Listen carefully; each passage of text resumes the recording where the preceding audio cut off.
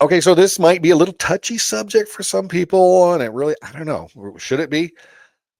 If you step foot in like this place right back here, and my wife drops a kid on this island, is my kid automatically a citizen of this particular country I'm visiting?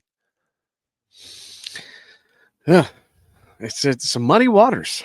Although the water behind you It's looks pretty damn really clear nice. to me behind there. Yeah, I don't know, muddy, but I don't know.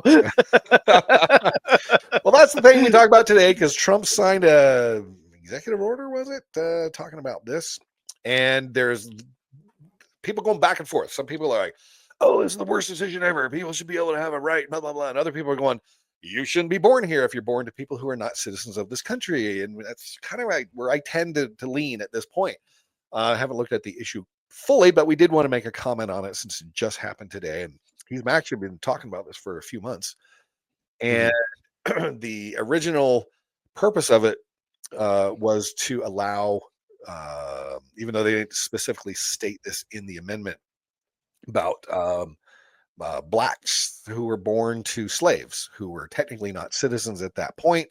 But once the slavery was abolished, and then the slaves would be able to be citizens. I'm not sure exactly how the process worked to get that happen, but that did happen. And that's where that went, and that's what we're going to kind of talk about today. So we want to thank you for joining us. We'll jump right into this now.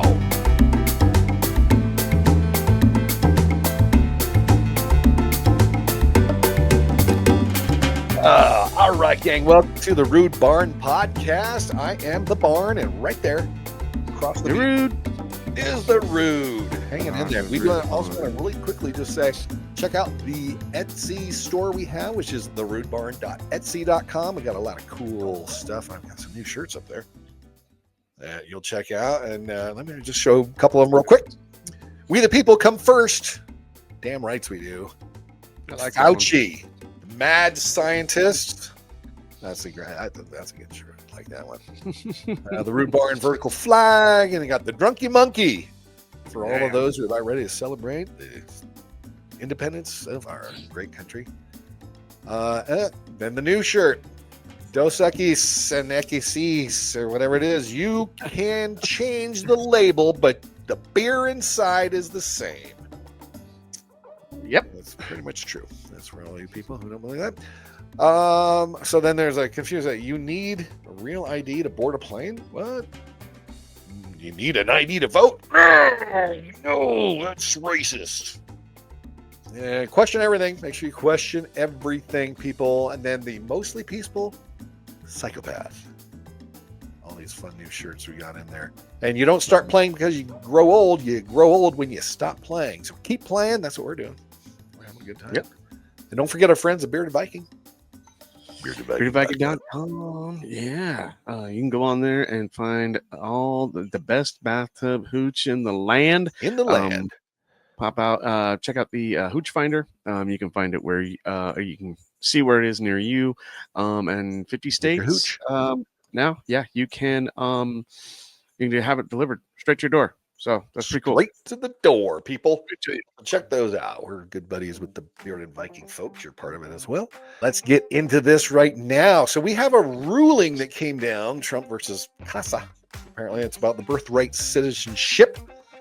And we're going to play this little 4-minute segment. We'll probably break into it every once in a while and make a comment here and there on it. And it's basically talking about, let me find it here, the ruling that Justice Barrett put forth, and then there's a dissent from Ketanji Brown Jackson, who doesn't know what a woman is or can't describe it. Anyway, I'm not saying anything bad. I'm just saying that's what she said. So what she said. Let's listen to a little of this, and then we'll comment as we go. And Julia, of course, this impacts people right now who are looking at this decision. And you've done reporting within the immigrant communities. What does this mean for someone born in the U.S. to undocumented parents, and for the pregnant immigrant women who are part of this lawsuit? Well, like so many guests have said, the court here, the justices, did not weigh in on the merits, but they're merely kicking the can down the road. They are staying those injunctions, of course, only, and the fact that they were nationwide. They're not weighing in on the constitutionality. But in the majority opinion, Justice Barrett did say, look, this isn't to go into effect until 30 days after this opinion. So it does leave open the window that in 30 days, unless there is major movement and district courts, not only the district courts that brought these, where these cases were brought, but also in other courts around the country, that it very well could be that an undocumented immigrant, or even on someone who is in the country legally, but temporarily, if they don't have a green card, which happens very often, you may have a temporary status, you might be seeking asylum, that if you have a child here, they would not be a U.S. citizen. And the question also becomes that. And I'm not sure why that's such a big issue, but some people are going to complain about it. And I get it, but at the same time, I don't get it. Why should you automatically be a citizen just because you have a kid here and you're not a legal citizen? I can't go to France or that island I'm sitting in front of and have a kid drop there, and that kid's automatically a citizen of that country. It makes no sense. Yeah. I don't know. I think it's one of those. It's one of those ones. Like I said, there is a little bit of muddy water there because I can see both sides of this. You know, yeah, I really can. And I don't know. I mean, it's a good or a bad thing. I mean, I know that a lot of people have benefited from that, and I think it might be one of those things where I think we talked about it a little bit. Last or a couple shows ago about how it's almost like the guilt, you know what I mean? It's one of those. Yeah. It's one of those laws that were in there because of the guilt. So it's like, okay, well, baby here, citizen here, end of story. You know what I mean? Yeah. Just because I don't want to ruffle feathers. Yeah. I don't know. Yeah, exactly. And it's one of those things where, I mean, I get it. And yes, you know what? Our immigration policy needs to be reformed, needs to be updated, needs to be streamlined a little more for the people who are truly coming here for the opportunity to make a better life.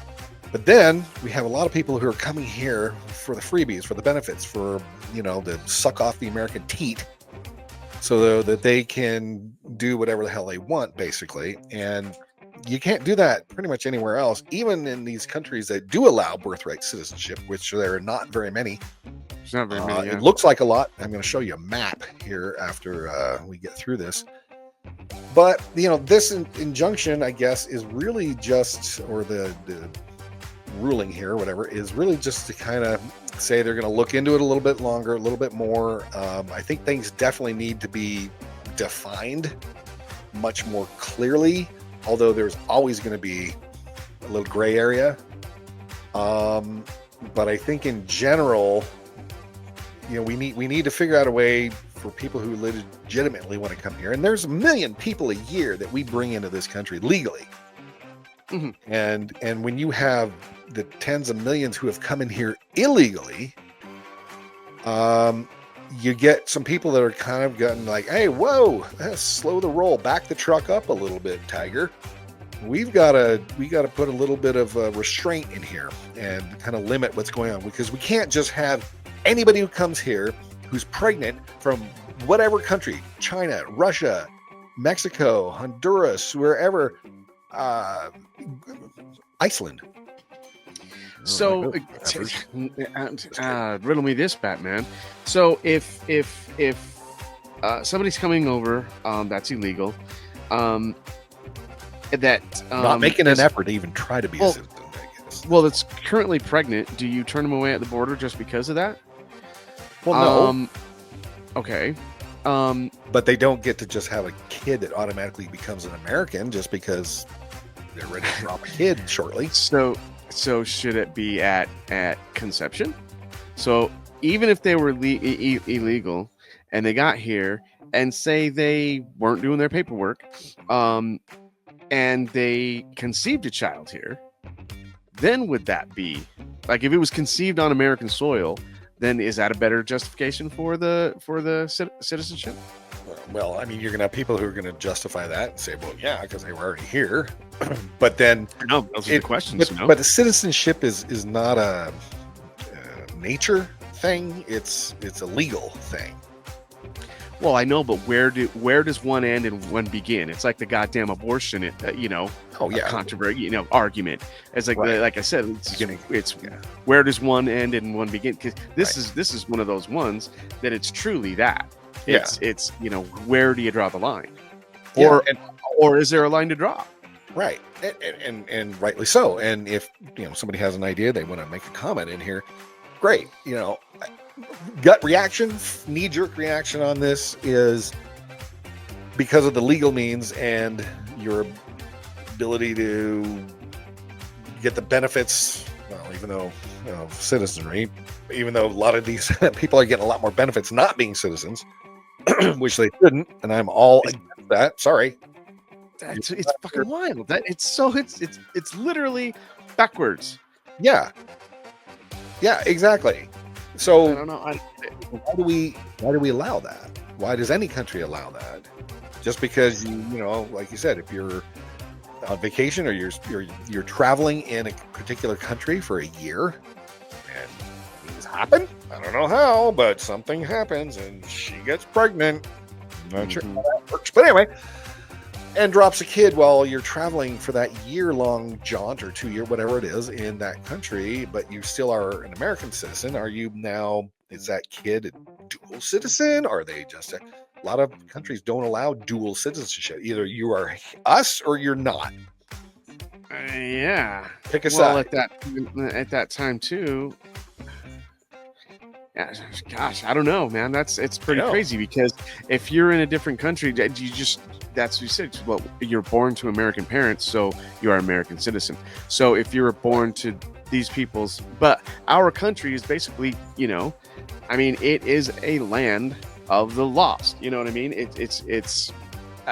Well, it used to be, and then laws were put into place so that we're like every other country. So I think using and people who use that argument, we're a land of immigrants. Well, yes, we have been and still are to a degree. But when we were building this country up and trying to grow the populace to be an actual country and expand across the West and everything, there was maybe more of that. But now we have the laws in place. Like other countries, you can't just go to Morocco or wherever and then just automatically, because you happen to be there, have your kid be a citizen of that country. It just doesn't work usually that way in most countries, vast majority of them. So why could we allow it? I mean, we bring in 1 million people a year legally.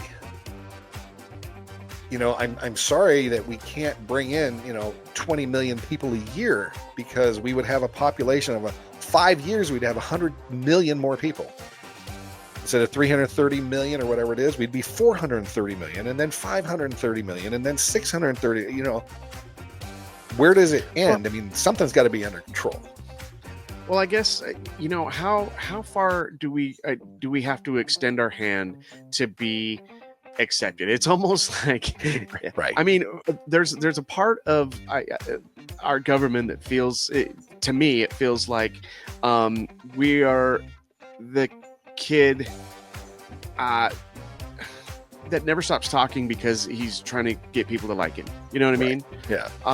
And that's kind of the thing. It's like, oh well, it reminds me of this kid that I knew growing up. He would give away his toys, so to try people to get friends, just so people would like him. Yeah. So it's kind of the same thought. Is where like how far are we gonna? How many toys are we gonna give away? How many freedoms are we going to give away? And how far does our hand need to extend for people to fucking like us? Who gives a shit? Yeah, you know what I mean? I know, and I don't get this. Like, oh, we got to bring all these people. Who's going to pick the lettuce? Who's going to? Okay, first of all, that's insulting to people who are trying to come here, who want to be doctors, who are from like India and other countries like that, where that's what they were. I mean, that's insulting to say that shit. Stop it. It is. Stop saying, well, who's going to empty the trash in your office? Blah, blah, blah. Shut up. That is not all of the people who are coming here. Those are the people probably, who are just trying to get a better life, who may have come here illegally, who are just trying to make a living. And yes, there's a lot of good people just trying to do that. And then there's a lot of bad people who are taking advantage of that. I have a feeling there's a lot where this system is being taken advantage of and can be taken. Let's just say Iran, the Islamic regime of, not the actual people of Iran, come here, and or China or North Korea, and they send all these pregnant women to come over, and they get in here illegally, and they drop these kids. Now it's a sci-fi movie at this point, where we're now a baby factory creating little jihadists, or whatever you want to call them. Yeah, who are dropping kids in our well, they're citizens. Yeah, I mean, yeah, I'm going far-fetched. I'm going outrageous on the example here. Well, but that's the it's thing, not. Where does it end? Yeah. I don't think it's that far off. I don't think it is either. Yeah. You know, we are already talking about how there's a ton of sleeper cells in the U.S. with this whole Iran thing, and other countries over the years since 9/11, since probably before that. So it's not really far-fetched, like you were saying. Mm-hmm. Yeah, it's a possibility. Oh, that really couldn't happen. Sure. Yeah, but I mean, the agendas of these people are insane. You know what I mean? The like I said, that jihadist leadership. You know, the communists, the socialists, the Islamic. Why wouldn't they? Like, why wouldn't they? That's a great idea. Well, remember, if you're trying to take over the world, yeah. and your prophecy is not going to be fulfilled until all the Jews and Christians are dead. Yeah. Just watch our video about the Iran-Israel thing, the history of what's going on behind there, and you'll start realizing, if you're open to reality and what's actually going on, you're not stuck in your little blinders world. But it is not that far off that could be a possibility. We hope it's not, but it could be. We're just saying, throwing it out there. So let's listen a little bit more of this, and then we'll move on to some comments about it. Because again, this vacillates back and forth, flip-flopping between, okay, I get it, I understand it, but no, we shouldn't have it. Nah. I tend to lean that if you're not a citizen of this country and you drop a kid here, your kid should probably really not be a citizen. But if I wasn't born here, if you're born here, oh my God, if you're born here to legal, anyway, we can go back. Yeah, it's muddy. And I see both arguments. I get it. I'm not saying my way is the highway, but this is what we need to figure out. But I don't think people should come here from Cuba or Haiti or China or wherever and just drop a kid here and that kid automatically. It just there needs to be some sort of parameters put in place. So that's what this is supposed to be. And what is the citizenship of the country where this person's from? Did they grant it based on the nationality of the parent? Yeah, or could you have a situation where there are simply children born in this country who don't have a real citizenship, where that is in question? This, of course, is something that's been enshrined in the 14th Amendment, and it's not something that the Trump administration argued should have been overturned. They merely argued that the courts were going too far here. And of course, this could definitely work in other issues having to do with immigration. I'm thinking about whether or not there could be asylum policies that are put on hold in certain states. But okay, the asylum policies have definitely been one that have been overly abused over the years. People seeking asylum. Oh yeah, that's ridiculous. Yeah, because remember, you have to go to the nearest country that will accept you, the first country that accepts you. So if you're coming up through Mexico, Mexico would be the closest country to anybody who borders Mexico, Belize, Honduras, Guatemala, whatever it is. Okay. Mm-hmm. That's the country that has to take you in, not a pass-through. Mexico is a pass-through to seek asylum in America and the U.S. Yeah. So if you're coming up from, Peru, you got to hit Panama first or Colombia first. That's your asylum-seeking country to get out of Peru. If you're in Colombia, then it's Panama and so on and so on. But you see what I'm saying. So asylum has been abused. Birthright citizenship has been abused and will be abused and could be heavily abused, just like what we said, dropping little baby jihadists onto our soil. Little terrorists. Yeah, literally homegrown terrorists. No, now they're homegrown terrorists, but they're not really because they're from another country. It's not Johnny Be Good Williams in freaking Wyoming who grew up and then turned jihadist, because it's somebody literally from a different country. Anyway, this is not a easy answer, that's for sure. Could say Texas allows the Trump administration to move forward, but California doesn't. It could mean immigrants go to certain states. They already are, because they're sanctuary in those areas. states, which it could is illegal, overwhelm some states and their social systems while keeping immigrants out of other states. It really could parse up the country. I'm having deja vu here for a moment, Anna, because I covered the Dobbs decision, which obviously parsed the country on the issue of abortion. And so time and time again, we're seeing times where it depends where you are in this country. And on the issue of immigration, if there are immigrants who go to certain states for certain benefits, that really could have an undue burden on certain social systems in certain states.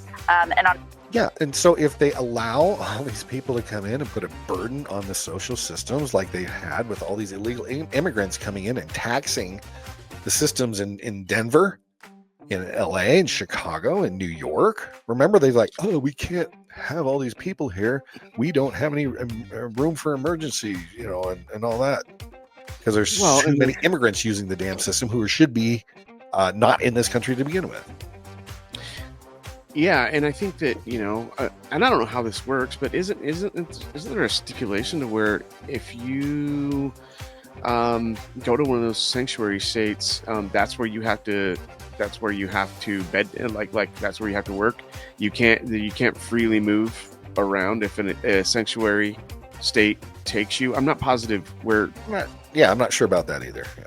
But so it's almost like if in a sanctuary state, and I'd say fuck them. Like if they want to be a sanctuary state and have these burdens take upon these burdens, then that's your bad. But I think that any immigrant that you've taken has to stay in your state, and if they leave your state, then they're gone. Yeah. Until their paperwork is done, until they get the citizenship. You know what I mean? Right. I don't think that it again, just kind of like we talk about, religiously on this show is that it's not anybody else's burden, and they're not getting taxes from them. A lot of them are getting paid under the table or paid in cash and stuff like that. So, and then they're letting them, they're giving them homes. They're giving them, food cards. They're giving them, you know what I mean? And so it's kind of like one of those things. It's like, okay, well, if you want to damage your state like that, then good luck. But it's not any other state's problem. Yeah. You've got cities and states that are doing this, and this is.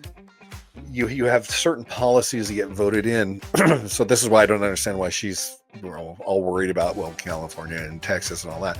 Well, you already got shit in California where these policies are really pushing people out. There's undue burden on taxes and regulations and all these things. So corporations are moving out of California because the taxes are too high, the regulations are too burdensome and things like that. You get that anyway. When you vote that in. And so if that's the kind of shit you want to live in, then you move to California, or you move to New York or wherever.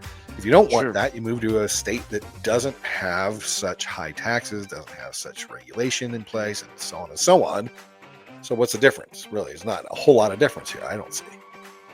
Yeah, because you're almost like, those people who are, natural citizens, they have the choice. It was like, well, man, I'm not going for this. I'm moving out. But which again, it's trickled down. You know what I mean? It pushes that burden onto another. Take for instance our state. That's exactly what happened. You know what I mean? Yeah. Our state was flooded, and our taxes went. Our real estate went like everything. You know what I mean? Right. It's just ridiculous. Yeah. Well, exactly. So yeah. So I mean, it's not a cut and dry issue. There's a lot of different things going on about it, but you're going to have people on both sides. I just people who are for a bunch of illegals coming here without any sort of monitoring process, they're just coming here and then living off of the land and then getting freebies and all this stuff. They're overburdening our schools where your kids go to school, and now you have to, because they don't speak English and God knows what language, and it's not just Spanish, Not just, and we're not just talking about Mexican illegal immigrants. We're talking Yeah. about immigrants in general, illegal immigrants in general. Exactly. And so when you have a bunch of kids who are here who don't speak English, and they speak Laotian, or they speak Vietnamese, or they speak Farsi, or they speak whatever, how can you communicate? Because you don't have a teacher or a school that speaks more than maybe English and Spanish. So those kids are shutting out, and they're also holding your kids back in school because now everything has to go slower because these kids are being forced to be in the classes with everybody else who does speak English, because that's what they should be speaking, well, because they're here. Well, now, then that creates a curve to where now it's like, okay, well, I mean, it's ridiculous. I just saw a story on this about the schools is now C average is passing, or D average is passing. And wow. and that's like the average. It blows me away. And they don't even do, A's, B's, and C's and F's anymore. It's satisfactory. It's pass or fail. It's pass or fail. Yeah. And they are failing nobody. Yeah. Because of this goddamn curve, you know what I mean? It has gone so far down that it's like, I'm really lucky because my daughters pick stuff up really quick, super smart, and they're always ahead of their classes. But at the same time, like for the kids that are not, that is so unfair going into, higher education and into the workforce and just into life. You know what I mean? Where you're walking around with the D average. Yeah. And you've got a graduation certificate. Get out of town, dude. And you're fine with it. Like, whatever. It doesn't matter. Yeah. And all that crap. It's like this is a thing. Our school system also needs to be reformed because a lot of issues going on with that. But you have no incentive for these kids who really want to learn, who can go at a faster pace. There should be different classes. It's the accelerated classes. What do they call them? The ELP and all that. Yeah, all of those. And then you have the kids who get slowed down, but it's all about money. It's all about getting per student, money per student. And if you don't get these kids passed, then somehow you get budget cuts because you didn't pass all your kids, or but that's not fair to the kid. If they haven't learned how to read properly, if they haven't learned to do math, if they haven't learned how to figure out how many genders there. Oh, I'm just kidding. That should be an easy one. But anyway, but they keep passing these kids who don't deserve to be passed on to the next grade. Mm-hmm. And so then when they get to the next grade, they don't know what the hell they're doing, and it slows down for everybody. And it's a vicious cycle. And you have to wonder, is that being done on purpose? Are we trying to create a society of worker bees that'll just do what they're told? Yeah. I don't know. Oh, did I go way out on that? Oh, I don't think I did, but I kind of did, but not really. I'm just hoping that, a lot of those students become trade workers, because we need more trade workers. There is a fuck ton of money in trade work. Yeah. Well, everybody wants to be a podcaster. Oops. What? Who? I don't know. We are not making any money at this, so trust me. We're having fun. We're doing it for the love. Yeah. Shooting shit. Yeah. Let's play a little more, and then we'll move on to some comments and things like that I've pulled up here. So, on a number of immigration issues, the Alien Enemies Act, we know that the one place where the Trump administration could not deport people without due process was the Northern District of Texas. And so they moved men to that facility in the Northern District of Texas to try to get them out immediately. The Supreme Court did stay that, but it could come back again. It's still on the emergency docket. So all of that to say, this will have big impacts not only on this issue, but on a number of issues. There's one more thing I wanted to read for you, Anna, and that is where Justice Barrett calls out Justice Jackson, who wrote the dissent, and said, "We observe only this, that Justice Jackson decries an imperial executive while embracing an imperial judiciary." So what this falls down to, at least inside the court, maybe not what Americans are thinking when they're looking at the practical implications of this decision, but there's a real debate going on in this country and in this court over whether or not courts have more power than the president. And if you think about it, that's the exact argument that the Trump administration and the exact fight that they've been wanting to have since the beginning, since they went to the court just down the street from here, the district court in D.C., and argued to Judge Boasberg they should be able to deport people to El Salvador without due process. They should be able to deport people to Guantanamo Bay. It's this idea that judges cannot stand in their way because the executive is more powerful than the judiciary. And right here, we do have the judiciary handing more power to the executive today, Anna. Well, okay, and that works both ways. And in a sense, he's right, because a lot of his decisions have been stopped by some low level federal judge, which it blows me away. He's the president of the United States. It's not like SCOTUS stayed his decree, his executive order, or whatever. It's some podunk in freaking Delaware or Florida or California or something like that, and a federal circuit judge. I don't think they should have that amount of power either. But I also do think that we have three branches that are supposed to check each other and make sure that they're equal. But the president kind of does have a little bit more authority because he was elected in there as a president, and he needs to be able to make these decisions, just like dropping a few of the bombs on Iran and the nuclear facilities. He doesn't need the House and Senate's approval to do that, Congress's approval. He just needed to do it. Now, if he wants to declare a war, then yes, he needs to go back and do that. Yeah, totally different story. Yeah. So there's things that need to be done. If you came here illegally, you don't get due process either, people. Do you not understand that? You don't get due process to be deported. If you're here illegally, you came here illegally, no process to come here. You don't think there's going to be, you get a process to leave? That makes no sense. So if it's right in the word. If you come here illegally, what does illegal mean? You're committing a crime. If you are committing a crime before you even get here, you don't get to get here. No. Sorry. That's kind of how I feel about it. Well, yeah, exactly. And it shouldn't be that hard to understand. The people who are for that, you have to wonder what their agenda is. You have to wonder if they're just not thinking this through logically, or whether they're just like, whatever against Trump. Whatever he says, I'm against. Yeah, whatever against Trump, and then how much can I pad my vote? Yeah. It's a detriment to the country as long as it's against Trump. I don't care. It's like, yeah, exactly. That's great. Awesome, dude. Yeah. Maybe we should revoke your right to vote either. Yeah. TBS is kidding. Just that was a joke, people.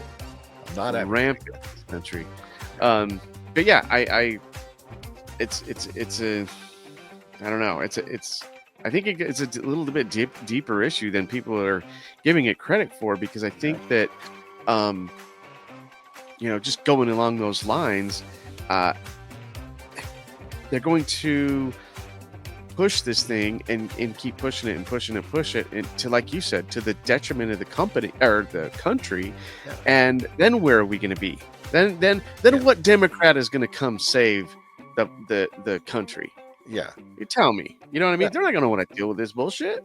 Yeah. Well, it's like, how many terrorists do we allow into the country that all it takes is one suicide bomber blowing up himself at a mall or at a sporting event or something like that, in one place and then another one doing. All you need is like 5 or 10 doing it at different places, and now all of a sudden you've got that 5 or 10 people alone.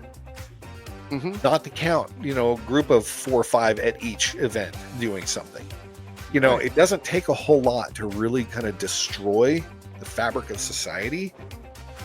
And so people need to understand that. So when you have, and look what's kind of happening up in Dearborn, Michigan area, where you have this huge Muslim community of, all these people have come there, and you have to understand they're not just Muslims, they're the Islamic fundamentalists. And when they get together, they will deceive you and tell you that. This is just an example. Okay. They will tell you and deceive you and tell you all these different things, everything you want to hear. Oh, no, we're totally for America. Yes, we're here. Yeah, blah, blah, blah. Oh, that's racist. Ain't impersonating them. No, it's just impersonating. Anyway, so comedy. But when they get to a certain percentage, then they get elected into positions. This is why the last video we did, where the Zohran Mamdani can potentially be a dangerous thing, because look what happened in London. We mentioned that also. Look what happened in London. London is just not all over the place, obviously, but there are no-go zones that you can't go because they're Muslim or Islamic communities that will not allow outsiders in it. They had a whole thing about this town in Texas that was being built. That was Muslim run, and they have fences around there, and they hire their own security guys, their own Islamic security team to keep people out. Wow. And how are you allowed to do that in a free country? No. Yeah, I mean, so I can't go travel through your little town because now it's an Islamic town and I'm not. Well, yeah, what do we got to do? Build roads around it now? But we have to be tolerant for them, but they don't have to be for us. They have no tolerance for us. Right. Yeah. This is what people don't get. So to drop kids, and then how many of them are here illegally, and then they're going to drop kids. Well, no, our kid was born here because, but you were not a citizen, but he was born here. He's a citizen, and then now you have citizens, and it just takes a generation. Oh, yeah. And now you have people who are here. Oh, you can't deport us because we're actually citizens. Well, this is a problem when you have laws in place that are based on American guilt. Right. You know what I mean? Yep. That should be a movie. American guilt. American guilt. American guilt. Look at all the crap that this country's gone through because of the guilt. So here we have some people commenting on this. Birthright citizenship was for slaves in the Civil War, like we mentioned, upheld by the Supreme Court today. Birthright citizenship has ended. Pack your bags. You're leaving. Get out. Get the hell out. And I'm not all for, hey, we understand having people come here legally who want to work jobs and pick our lettuce in the fields and everything else and clean our offices. Well, and we be need like, people to get it. Yeah, I'm legally. A better life for yourself legally. Yeah, I'm all for that. Let's do it. Get the process for the green card better. Yeah, and I mean, in work visas, whatever. Yeah, that's another problem too. I think that. I mean, I don't know because I've never gone through the process, but from what I hear, from some reliable sources, second generation, and a couple first generations, immigrants, the paperwork is hard and it's very expensive, and you have to. It's a hurry up and wait. It's a hurry up and wait kind of deal. But shouldn't it be kind of to a degree, though? I mean, something of value needs to be hard to, in a sense. I mean, anything worth having is hard, and things that are easy are just not worth working for. Yeah, right. I totally agree with that. However, I think that, I'm sure that process needs to be reformed. Oh, definitely. You know what I mean? But you're right, because I think a little bit of patience and a little bit of fortitude goes a long way in your character when you're trying to become a citizen. Yeah. And there's a difference between America, but if any other country, you know what I mean? Yeah. There's a difference for those who want to come here to be a citizen, to be a part of this country, not just take from it. but to be a part of it and contribute to it and want to have a better life and don't give me the freebie, don't give me the food stamps, don't give me that. I just want the opportunity to create my life. Those are the people that I embrace. Come to this country legally. Let's figure out a way to get you a part of this. It's the people who want to come here and take from our system, take from our schools, take from the healthcare, take from everything, and infiltrate and not want to be part of. They want to bring their country into our country and not be a part of this country, but they still want to be a part of this country. If that makes sense. Yeah, no, I agree, but they've been told they can now. Well, of course, because not just because of the last 4 years. I get it. That was shitty. We had a shitty border policy. Yeah. We had a shitty border czar, and it was just hell, right? Right. But this has gone on for a long time. You know what I mean? So it's the the audacity and the gimme and you owe me something. No. Nah, I don't know you shit. Yeah. No, this country the entitlement. The entitlement. Yeah. We don't owe you shit. No, we don't owe you shit. And we're sick and tired of being called all sorts of names because we don't agree with that. Right. And you have to remember, people, Bill Clinton, Obama, even Hillary, even all these people way back in the day were touting how we cannot have an immigration policy that just allows people to come in here illegally. If you're here illegally, you will be deported. You should be deported. That came out of Obama's mouth and Hillary's mouth and even Biden's mouth years ago before he was the puppet president, and Clinton and everybody else. Bill, and it's just like, what's been flip-flopped? What happened? Why is it all of a sudden, because Trump does this, or a Republican like a Bush or something like that? Why is it that all of a sudden it's okay when they're president, but when you were president, you were all for it, except for Biden, of course. He just let the doors swing wide open. He knocked down the whole wall and literally let everybody in. So yeah. So this guy talks about, when you realize that means you don't have a right to citizenship as well, and they can use that as an excuse when they find something in you they don't like. Ending birthright citizenship means no one has citizenship in this country. I'm sorry, what the F are you talking about? Yeah, that sounds like a lot of gaslighting right there. That's dumb. Yeah. Oh, but maggots are too dumb to understand it. Oh, okay, LT Gray. Oh yeah. Jesus Christ. And then this guy. Let's see. He responds to, ending the birthright citizenship is a position so universally reasonable that even liberal Ireland amended their constitution a few years ago to stop such anchor babies. There's nothing wrong with that. In my opinion, there is nothing wrong with that. Why is it just because you come in that you're a citizen, now all of your extended family that's still back in the homeland get to come here and be citizens just because you put forth the effort? Shouldn't they have to also put forth the effort and go through here legally and do the process like you were supposed to do? You were supposed to do? Then this guy says, this is all you need to know about the Supreme Court's ruling in the birthright citizenship case. No right is safe in the new legal regime the courts create. The gamesmanship in this request is apparent, and the government makes no attempt to hide it. Yet shamefully, this court plays along. Sotomayor wrote, adding, no right is safe in the new legal regime in the court creates. That's going too far. You know what I mean? That's fear mongering. Yeah, exactly. And what is it you're trying to get?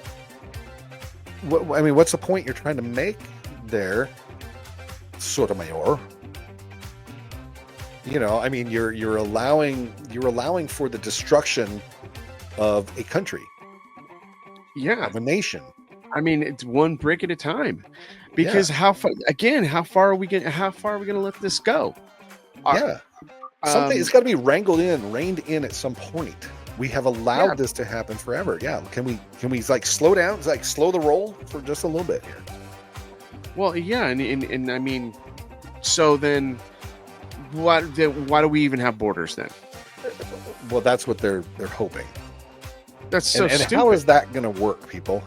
How is it that if we have no borders and people come in this country willy-nilly and they suck off the teat of all the benefits given to them, food, housing, shelter, etc., healthcare, etc., and you're paying for it? What are you paying for? Are you paying for that to be yours? But how can you have it if all of these systems are overwhelmed by all of these people? Well, and the bullshit thing though too is like they're just riding on the backs of those who produce that have been here for generations. Their families have been here for generations, Yeah. And so it's like now they're my responsibility. Right. I gotta pay for it. Well, where is the safety and security that everybody is touting they want in this country, which is why they're allowing the government to it's for your safety and your security, and therefore you have to have the real ID, or you have to have this, that, and the other. Well, what is the fucking point? Yeah, where's the argument there? I mean, it's contradictory, like 1,000%. Yeah. Like, how are you going to justify that? You can't get the real ID without Social Security card. Can't get a Social Security card unless you're citizenship. So right. So what are you talking about? The hypocrisy and the flip-flopping is unbelievable. These people do not ever think out their arguments at all. Here's a map. They're just going to start handing them out? Well, of course. Line them up. We're giving out Social Security cards today. Line up. Yeah. No paperwork, no background checks, no nothing. We're just giving them out today. Yeah. So Trump said something about we're the only country. We're not the only country that's birthright citizenship. And I was surprised how many countries did. And is it a little shocking? If you look on this map, we got the U.S., we got Canada, we got Mexico, Cuba, Jamaica, that's part of the U.S. right there. All of this Central American countries, but no Colombia and no New Guinea. Not New Guinea. New Guyana. What's this one here? What's that one above Brazil? But look at all the South American countries have unrestricted. Tanzania, Lesotho, right in the middle of South Africa, and then Pakistan. Now, that's kind of strange that Pakistan would allow birthright citizenship in there. That's odd. Doesn't that strike you as strange? But look at the rest of the world. Not one country in Europe, Australia, the Philippines, Africa. Yeah. Why is it that North and Central and South America, why is it that this side of the world is the only ones that are allowing unrestricted birthright? So if this map is accurate, it's interesting. About 30 countries, primarily in the Americas, grant unconditional birthright citizenship, also known as je soli, to anyone born within their borders. Just on its face, that just is not right. This principle is less common in other regions. Everybody's talking about how well everything, the social societies work in Sweden and Denmark, and where that. Well, they're not participating in it. Where's your rule about that coming here as well? Then, you can't have one thing and then not have the other if you're going to think that their society is so much better. Citizenship is often determined by descent from parents. Yeah. So I will put this in there, but this is the actual Supreme Court ruling. It's the syllabus, or as we like to say, the syllabus of the ruling on here. And we can kind of go through. I'll just read a little bit of this in here, or you can read it. I'll let you read it if you'd like. Your roots. Yeah. Start here. Just do this whole paragraph here, and that's it. Yeah. Plaintiffs respond here. Individuals, organizations, and states filed 3 separate suits to enjoin implementation and enforcement of the President Trump's executive order. Number blah blah blah. See, protecting the meaning and value of American citizenship. That's one thing that we hadn't touched on. Right. That I think is important is the meaning. What does it mean to be a citizen? Right. And how important is it to you to be a citizen? What is your motive? Why do you want to do this? Or why do you not want to be a citizen, but you still want to enjoy the benefits of that country? All right. And why are you leaving the citizenship of the country that you were born in? Right. The plan is that the executive order violates the 14th Amendment, the citizenship clause. One of the Nationality Act of 1940. Now, I don't know what the Nationality Act of 1940 is. I'm going to pull that up real quick and while I finish reading this. In each case, the district court entered a universal injunction, an injunction barring executive officials from applying the executive order to anyone, not just the plaintiffs. In each case, the Court of Appeals denied the government's request to stay in sweeping relief. The government argues that the district courts lacked equitable authority to impose the universal relief and has filed 3 nearly identical emergency applications seeking partial stays to limit their preliminary injunctions to the plaintiffs in each case. They're going through, these different cases, but at the same time, I guess like each of them are different, but it's just like anything else. Is there? Can we make a blanket ruling, or do we have to go over each case and figure out where, why, who, what? Well, that's what they want to do. They want to clog the system up with that shit. Exactly, and then we leave it up to the judges when they can't even get on the same page. I don't know. Well, here's the Nationality Act of 1940. It was a U.S. law revised and codified the nationality laws, establishing criteria for acquiring U.S. citizenship through birth and naturalization. It defined who could be considered a citizen and outlined the process for naturalization, but was later superseded by the Immigration and National. Do I have to look this up now? Yeah, the Nationality Act of 1952. All right, fine. I'm going to go look up that effing thing right now. Let's just see what they say there. The Immigration Nationality Act of 1952, also known as the McCarran-Walter Act. I wonder if that McCarran, is that the same Nevada guy that in McCarran Airport in Vegas was named after? Oh, maybe. I don't know. Could be. Probably is.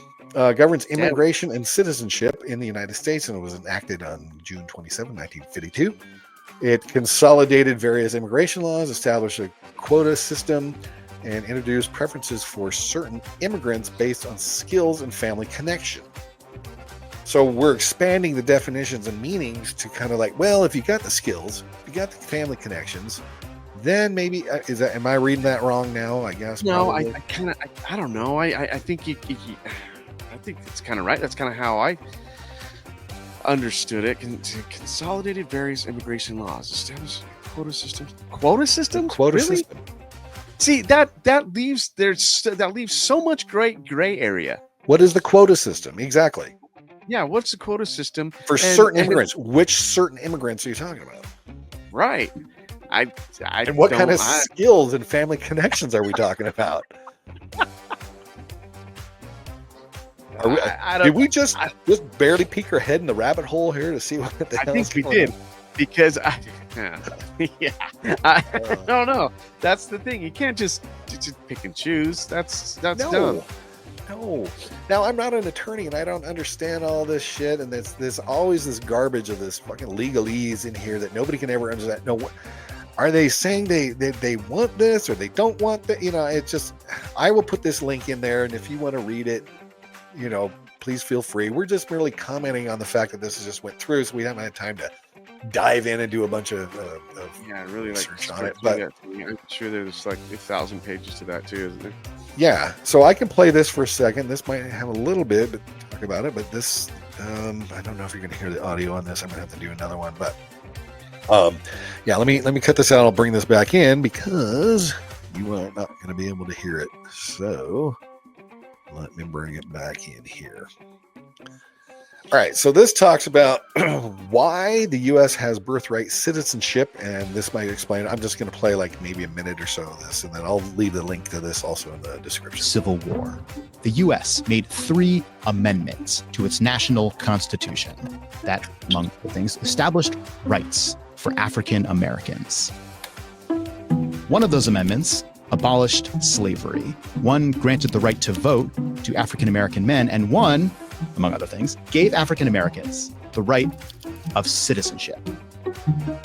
But this one, the 14th Amendment, dealing with citizenship, it was interesting. It never actually used the words African or black or race or former slaves. Instead, they didn't want it to contained lock themselves in them. a rule that, with some exceptions, being born in the U.S. would make you a citizen of the U.S.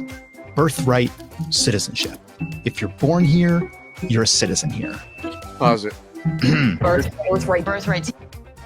This is that's exactly what I'm talking about American guilt. Yep. That's exactly what I was talking about. Yep. All right, go. Citizenship. Ending birthright citizenship. In 2025, on Donald Trump's first day as again president, he signed an executive order to end birthright citizenship for the children of anyone temporarily or unlawfully in the U.S. Is that really hard to understand? Yeah, that's pretty black and white without a bunch of this hubbub mixed in with it. Right.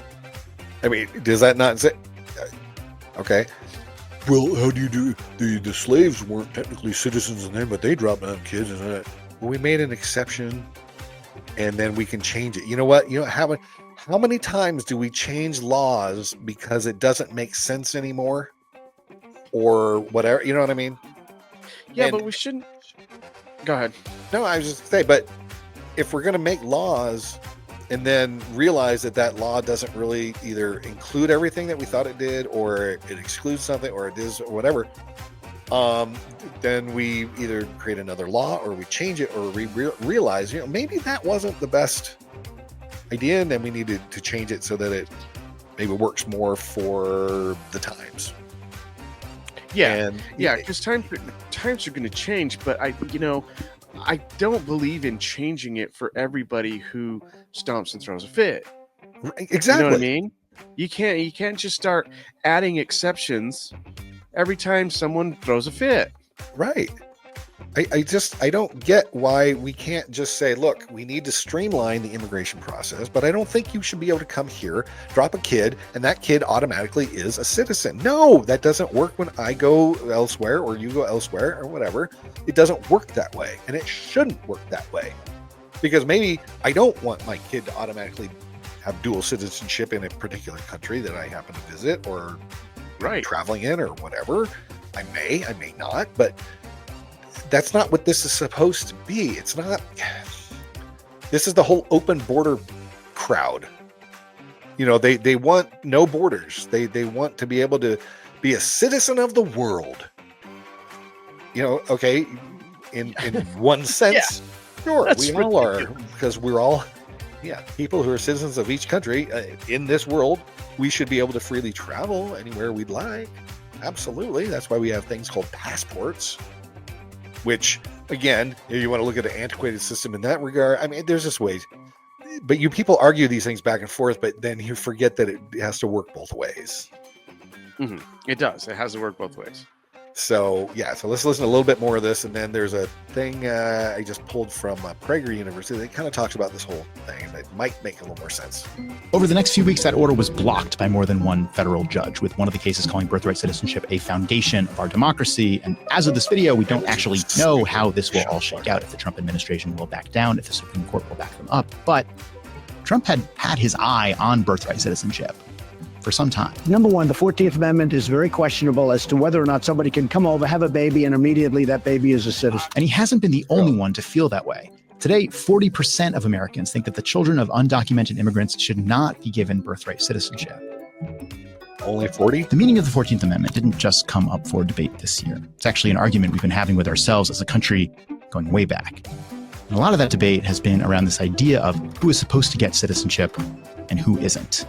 Like, for example, the 14th Amendment meant to give citizenship to freed slaves. It was never meant to give citizenship to foreign aliens. So, okay, is that true? What does the law actually say about birthright citizenship? And why have Americans been arguing over it for almost 200 years? Well, because it's vague.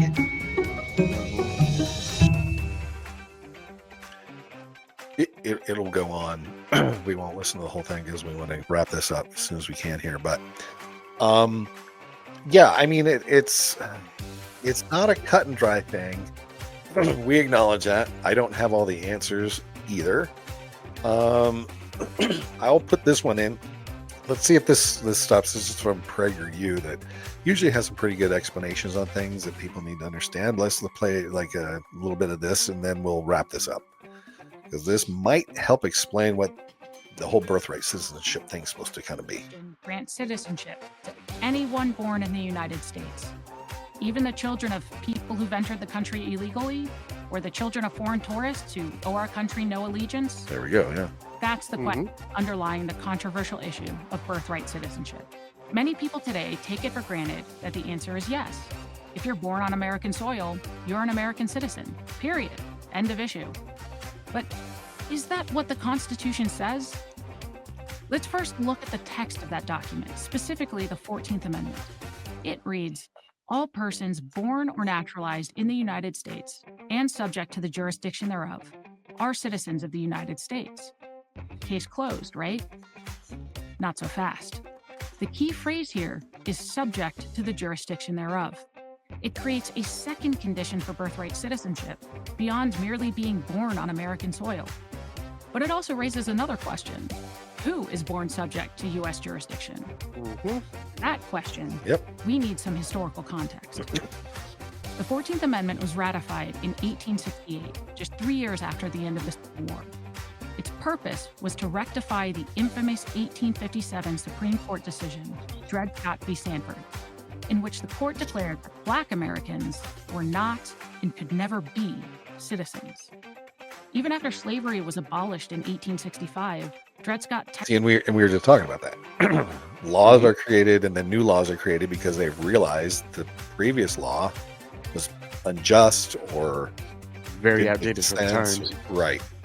Didn't make sense, whatever. Technically remained the law of the land. Black Americans were left in limbo. They were no longer slaves, but they still were not citizens. The 14th Amendment resolved the issue once and for all. These newly freed slaves and their descendants were certainly born subject to the jurisdiction of the United States. This had been their home for generations. If they were not American citizens, to which other nation did they still belong? So while the 14th Amendment resolved the issue as it related to race, its authors would have been shocked to learn that we now interpret these words to make citizens of virtually anyone born on U.S. soil under all circumstances. Well, and I'll play a little bit more, but yeah, it also talks about, there's people, this is the whole, the whole amnesty thing when these people have been, well, I've lived here for 20 years. I'm a son of an illegal or whatever. And the same principle would apply then to what they're saying, because they were born here illegally, but they've been here for 20, 30 years or whatever it is. They're not citizens. And I know people like that here as well. And that's where the conundrum comes in. This is where, okay, well then can we figure out a way we can vet them, make sure that they're not committing crimes because they're not citizens still, but if they're just literally legitimately doing business, trying to live a life, have a family, everything else, then we need some sort of way to get that citizenship to them and not take 50 years either. And it goes against everything we say. We're just increasing the bureaucracy once again. But I think this is a bureaucracy that can be used in the right way, not the amount of bloated BS bureaucracy that's been going on. That's a waste and the government should not be a part of. This is part of what the government should be a part of. So let's listen a little bit more and then we'll wrap this up. Yale law professor William C. Robinson explained in his 1875 legal treatise, the 14th Amendment grants citizenship only to those born within the jurisdiction and allegiance of the United States, a condition that requires, at minimum, lawful permanent residence in this country. Lawful. This was also the original understanding of the federal government.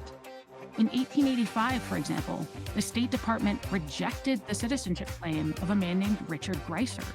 Yes, Greiser had been born in Ohio 18 years earlier, but his German parents never intended to stay in the United States and returned with their son to Germany shortly after his birth. Because Greiser's parents did not owe the United States political allegiance, their son wasn't born subject to its jurisdiction, at least not within the meaning of the 14th Amendment's Citizenship Clause. Similarly, in 1890, the Justice Department considered the citizenship claim of a child born to one Mary Devereux, a pregnant Irish woman being held on a ship in New York Harbor. While awaiting immigration approval, Devereux left the ship for medical treatment and subsequently gave birth in a New York hospital. Authorities later denied her immigration application. Because Devereux wasn't eligible for lawful admission to the U.S., her U.S.-born daughter was not recognized as a U.S. citizen. Both mother and child were sent back to Ireland. The Supreme Court addressed the question of birthright citizenship in the 1898 case of United States v. Wong Kim Ark. Wong was born and raised in San Francisco, the son of Chinese immigrants. In 1895, after a short trip to China, Wong returned to the U.S., only to be detained by authorities and threatened with deportation. Wong sued, arguing that he was an American citizen by birth. The Supreme Court agreed. While this decision is often cited as proof that the 14th Amendment mandates universal birthright citizenship, it proves nothing of the sort. Just as the amendment was meant to undo the immoral Dred Scott decision, the Wong decision was meant to undo the immoral Chinese Exclusion Act of 1882. That law prohibited immigrants of Chinese descent from becoming American citizens, no matter how long they lawfully lived, worked, and raised their families here. Wong's parents were what we might today call lawful permanent residents. San Francisco was their home. And according to the court, Congress could prevent lawful Chinese immigrants from becoming naturalized citizens. But it could not. See, and these are antiquated laws as well that have been overturned and new laws have come into place. Mm-hmm. This ain't cut and dry. We don't have the answer. There's arguments for both sides. But, it's complicated, to say the least. Yeah. Yeah. So, I mean, it's almost like, I know, what do you do? Is it a case-by-case basis? And just kind of, and just kind of let the laws decide and the court decide and the judge decide? And is there not a way? Yeah, is there not a way to laws? And they haven't even figured out the exact definitions at this point. Yeah, they're so vague, and it's like, why don't you? I mean, I think that just needs to go in there and be updated, with again, language for the times. Yeah. Let's listen to the last little bit, and then we'll get out of here. Subject their U.S.-born and raised children to perpetual alien status because of their race. So, universal birthright citizenship isn't required by the 14th Amendment's text or historical context. It's inconsistent with the earliest legal interpretations of the amendment. To say the least, and it isn't compelled by Supreme Court precedent.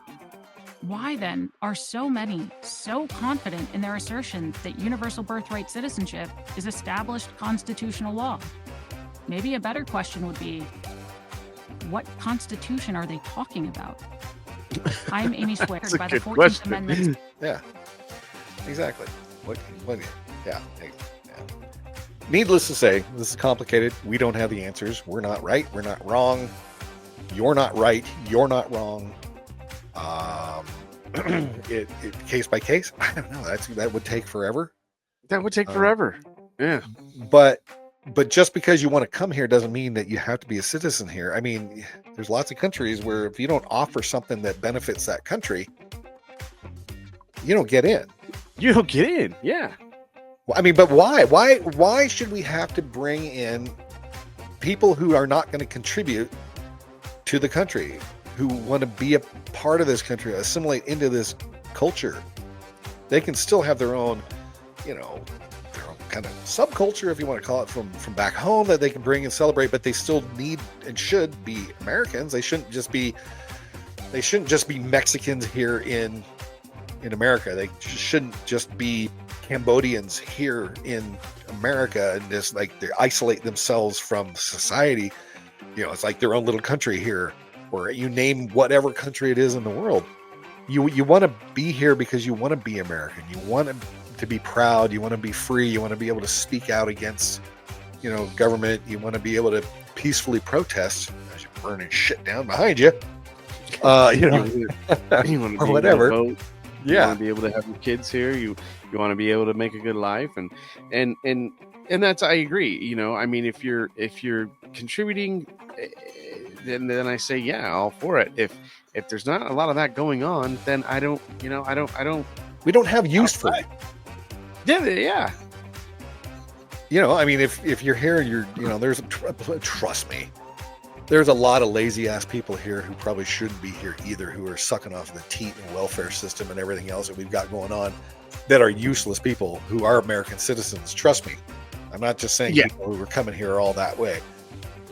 A lot of them should be, maybe life should be not so easy and not everything given to them so they can sit on their fat asses all day long.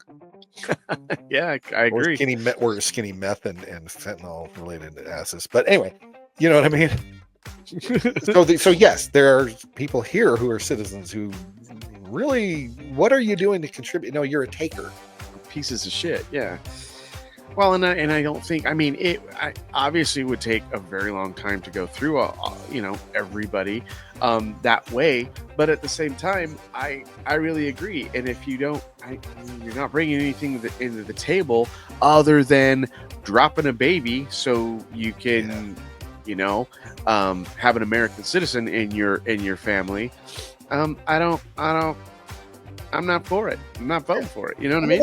And we're not saying you have to be a rocket surgeon. You have to be, a major engineer figuring out shit around the country. It's just contributing to working at some business, whether it's fast food. You're contributing, because people are going to want fast food. I need somebody there to make the burgers and whatever. You know what I'm saying?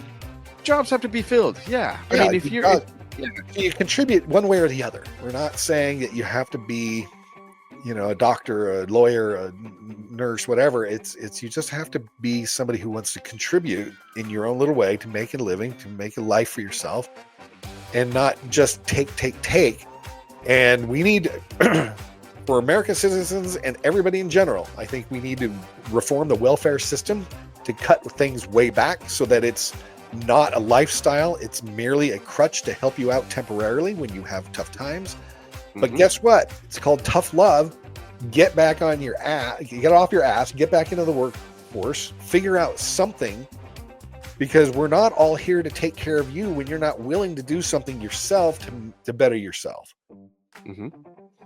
So, food for thought. Well not said. A simple solution. We don't know the answers, but maybe this is something that makes you kind of go, maybe we can figure out something, because a lot of reform needs to be done. But I think we just can't continue to allow people in droves to come here, drop kids, whatever, and all of a sudden they're just, citizens. There's abuse, major abuse that can easily happen and has happened and will happen and continues to happen. And we can't continue to allow that. So, well, and I think wrapping this up, please check out our Etsy store, therudebarn.etsy.com. Check out the stuff we had. Also check out beardedviking.com. Order some hooch. Get some mead. It's good. It's booze. Summertime. So, food for thought on that. Hopefully that'll get everybody to kind of question, okay, well, it's not just cut and dry, and just because you have an idea of your way of thinking about it, like, oh no, everybody should be blah, blah, blah. Well, or the other way. Oh no, nobody should be dropping kids. There's some sort of in between we need to figure out. And I don't know what it is. I'm willing to look at it, but I also don't want just the system to be abused and willy-nilly people just come in droves and doing all this shit. So anyway, any last words before we sign off, brother? No. Thanks for popping in, and throw a comment down in the bottom if you want. We're never question afraid of everything conversation, like we're doing. Question everything, and that's what we're here for. And if you had a good time, like, share, subscribe, and we'll see you next time.